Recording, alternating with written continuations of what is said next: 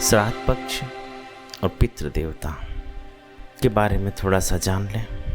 मनुष्य अपने कर्मानुसार यदि देवता हो जाता है तो श्राद्ध अन्न अगर उसके कुल से प्राप्त होता है तो वो अमृत हो जाता है। वही अन्न अगर गंधर्व योनि में हो जाए तो भोग रूप, पशु योनि में अगर चला जाए तो तृण रूप में, घास के रूप में श्राद्ध का अन्न बनता है। अगर नाग योनि में कोई पितृ हैं तो वायु रूप में, और अगर पक्षी योनि में भी कोई है तो फल रूप में, और अगर कोई राक्षस योनि में भी चला जाता है तो आमिष बन जाता है। श्राद्ध अन्न दानव योनि के लिए मांस, प्रेत के लिए रक्त और मनुष्य के लिए अन्न बनता है और बाल्यावस्था में भोग रस हो जाता है। इसलिए श्राद्धादि कर्म में हमें दान, पुण्य, पिंड, तर्पण और ब्राह्मण भोजन ये कराना चाहिए। इससे हमारा मनुष्य जीवन सुख, आनंद, प्रेममय, शांतिपूर्वक होता है और हमारे पितरों का उद्धार भी हो जाता है। योनियों में जो जीव जिस योनि में स्थिर रहता है उस योनि में उसे नाम गोत्र के उच्चारण से तृप्ति प्राप्त होती है। संस्कार करने वाले व्यक्ति के द्वारा कुशाच्छादित पृथ्वी पर कुशा को बिछाकर दाहिने कंधे पर जनेऊ धारण करके हम 3 पिंड पितरों की संतुष्टि को प्रदान कर देते हैं। 3 पिंड अगर हम कर दें इससे हमारे पितृ संतुष्ट हो जाते हैं। पितर जिस भी योनि में जिस आहार वाले होते हैं, वो किसी भी योनि में हो, कोई सा भी आहार ले रहा हो, उन्हें वो श्राद्ध के द्वारा वहाँ उसी प्रकार का आहार प्राप्त हो जाता है। उन्हें वही आहार मिल जाता है जो वो जिस योनि में भी चले गए हो। जैसे गायों का झुंड कितना भी तितर बितर हो जाए, बछड़ा अपनी माता को पहचान लेता है। उन गायों के झुंड में भी बछड़ा अपनी माँ को ढूंढ लेता है। वैसे ही वो जीव जहाँ जिस योनि में रहता है वहाँ पितरों के निमित्त ब्राह्मण को कराया गया श्राद्ध का अन्न स्वयं उसके पास पहुंच जाता है। पितृगण सदैव विश्वदेव के साथ श्राद्ध का अन्न ग्रहण करते हैं।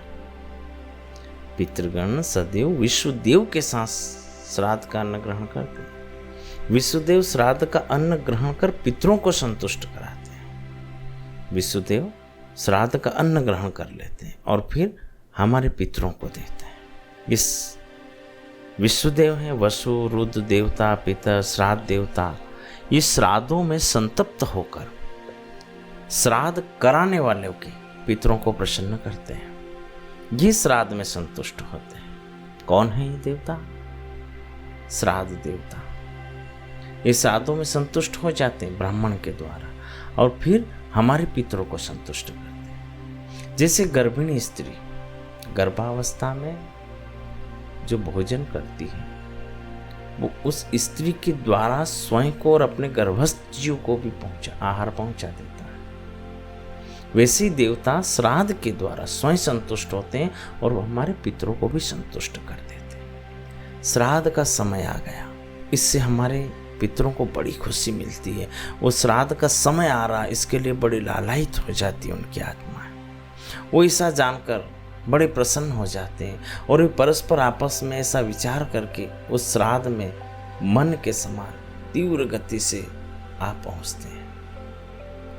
पितृगण उस श्राद्ध में ब्राह्मण के साथ ही भोजन करते हैं। वे वायु रूप में वहां आते हैं और भोजन करके परम गति को प्राप्त हो जाते हैं। श्राद्ध के पूर्व जिन ब्राह्मणों को निमंत्रण किया जाता है, श्राद्ध के समय जिन ब्राह्मणों को निमंत्रण किया जाता है, पितृगण उन्हीं के शरीर में प्रविष्ट होकर वहाँ भोजन करते हैं और उसके बाद वे पुनः वहाँ से अपने लोक को चले जाते हैं, पितृलोक चले जाते हैं। यदि श्राद्ध करता श्राद्ध में एक ही ब्राह्मण को भोजन कराए, पुराण में कहा गया है कि श्राद्ध में हम जिस ब्राह्मण को भोजन कराते हैं वो ब्राह्मण वेद पाठी, मंत्र, पूजन या आदि सर्वगुण से युक्त होना चाहिए। विष्णु पुराण में वर्णन आता है कि वो ब्राह्मण श्रेष्ठ होना चाहिए और ब्राह्मण लोभी भी नहीं होना चाहिए। कुछ ब्राह्मण श्राद्ध कर्म में सिर्फ दक्षिणा मात्र के लिए 4-4 घर भोजन करने चले जाते हैं। ऐसा ब्राह्मण अपने कुल, अपने पितृ और अपने वंश का विनाश कर लेता है। ऐसे ब्राह्मणों को भोजन नहीं कराना चाहिए। आप एक ही ब्राह्मण को यथाचित श्रेष्ठ भोजन कराएं। अगर आप एक ही ब्राह्मण को भोजन कराते हैं तो उस ब्राह्मण के उदर भाग में आपके पिता और वाम भाग में आपके पितामह और दक्षिण भाग में प्रपितामह दादा और सामने के पृष्ठ भाग में पिंड भक्षक पितर रहता है। श्राद्ध काल में यमराज प्रेत तथा पितरों को यमलोक से मृत्यु लोक के लिए मुक्त कर देते हैं। ये काश्यप नरक भोगने वाले भूख प्यास से पीड़ित पितृजन अपने पूर्व जन्म के किए पापों का प्रायश्चित करते हुए अपने पुत्र पौत्रों के यहाँ पर भोजन की आशा लिए आ जाते और हमें इन पितृगणों को संतुष्ट करना चाहिए। ये बात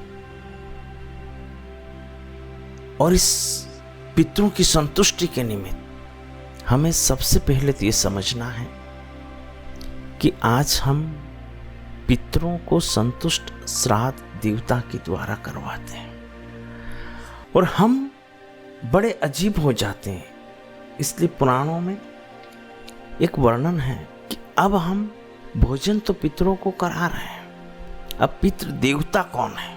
पितृ देवताओं के नाम है कव्यवाह, सोम, यम, अर्यमा, अग्निष्टवात, बहिर्षद, सोमपा। ये पितृ देवता है और इन्हें हम पिंड तर्पण भोजन कराकर इनसे ही याचना करते हैं कि आप हमारे पितृ देवताओं को संतुष्ट करें। तब ये संतुष्ट होकर, ये श्राद्ध देवता संतुष्ट होकर हमारे पूर्वजों को संतुष्ट करते हैं। उन्हें क्या चाहिए ये इनका काम है, लेकिन इन्हें जो चाहिए वो हमारा काम है। इसलिए हम ब्राह्मण को आमंत्रित करके उसे खीर और पूरी का भोजन करवाते हैं। आज धीरे धीरे खीर पूरी हटने लगी है और धीरे धीरे पकवान बनने लग गए। श्राद्ध पक्ष में आप खीर पूरी का भोजन ब्राह्मण को कराएं तो उस ब्राह्मण के द्वारा हमारे पितृ भी और श्राद्ध देवता भी संतुष्ट होते हैं और श्राद्ध देवता फिर जिस योनि में भी हमारे पितृ देवता पड़े हैं उस योनि में वो फल उन्हें प्रदान कर देते हैं। हम नहीं जानते वो कहाँ है, किस योनि में है, किंतु हमें कष्ट है, हमें पीड़ा है और हमारा कर्म है उनके प्रति,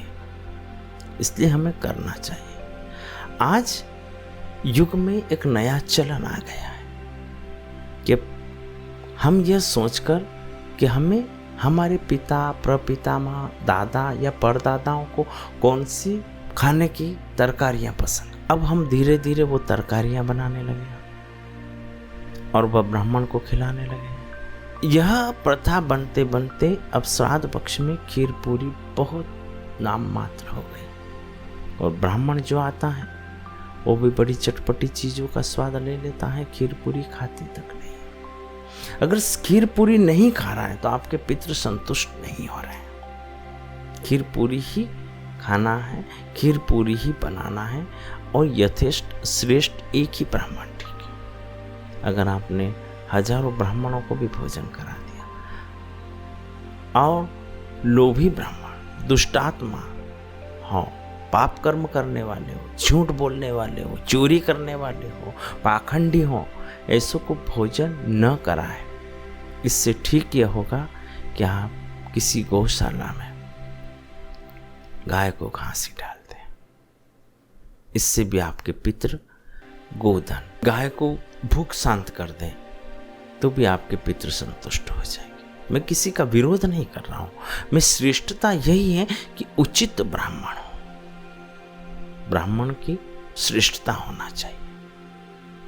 लोभी या दक्षिणा के लिए भोजन करने वाले ऐसे ब्राह्मणों को हटाएं और हम श्रेष्ठ ब्राह्मण को आमंत्रित करके खीर पूरी का भोजन कराएं और हम यह न सोचें कि हमें पूर्वजों को क्या पसंद था। आज ये धारणाएं बनते बनते बहुत गलत स्तर तक आ गई है। अगर आज हम यह सोचें कि आज अगर बच्चों को पिज़्ज़ा, बर्गर, पाव आदि चीज़ें अगर पसंद है तो इनकी आने वाली औलादें जो होगी, क्या वो श्राद्धादि कर्म में यह ब्राह्मण को भोजन कराएगी या इसका? क्योंकि इन्हें तो यह पसंद है, आज हमें यह पसंद है, हमारी पसंद से नहीं है, यह देवताओं की पसंद से, यह पौराणिक व्याख्या है। क्योंकि जो श्राद्ध देवता है उन्हें खीर पूरी पसंद है, इसलिए श्राद्ध देवता के माध्यम से पितृ देवता संतुष्ट होते हैं, किंतु श्राद्ध देवता को हमें खीर पूरी देंगे और फिर हमारे पितृ देवताओं को संतुष्टि श्राद्ध देवता देंगे। इसलिए ध्यान रहे कि पितृ देवताओं के लिए श्राद्धादि कर्म में हम योग्य, अतिष्ठ और श्रेष्ठ ब्राह्मण को खीर पूरी का भोजन कराएं। अन्य जितनी भी तरकारियां हैं उससे पितृ संतुष्ट नहीं होंगे। जितनी खीर और पूरी ब्राह्मण के उदर में जाएगी उसका ही प्रतिफल उन्हें प्राप्त होता है। श्राद्ध कर्म में गीता का पाठ करना, दान करना, भोजन करना, पिंड करना, गयादि श्राद्ध करना या पिंड आदि के समस्त कई प्रकार के श्राद्धों के फल हैं और उन्हें करना हमें अपने जीवन को सुखमय, हमारे पितृ ऋण से हमें मुक्ति, गया आदि श्राद्ध से मनुष्य तीनों ऋण से मुक्त हो जाता है, देव, ऋषि और पितृ। इसलिए हमें श्राद्ध कर्म करना चाहिए और हमें अपनी संतानों को भी, अपनी संस्कृति भी और अपने संस्कार सबको यथेष्ट रखना है और इस जीवन को सुख और आनंदमय बनाना है। यही हमारी सनातन संस्कृति है। ओम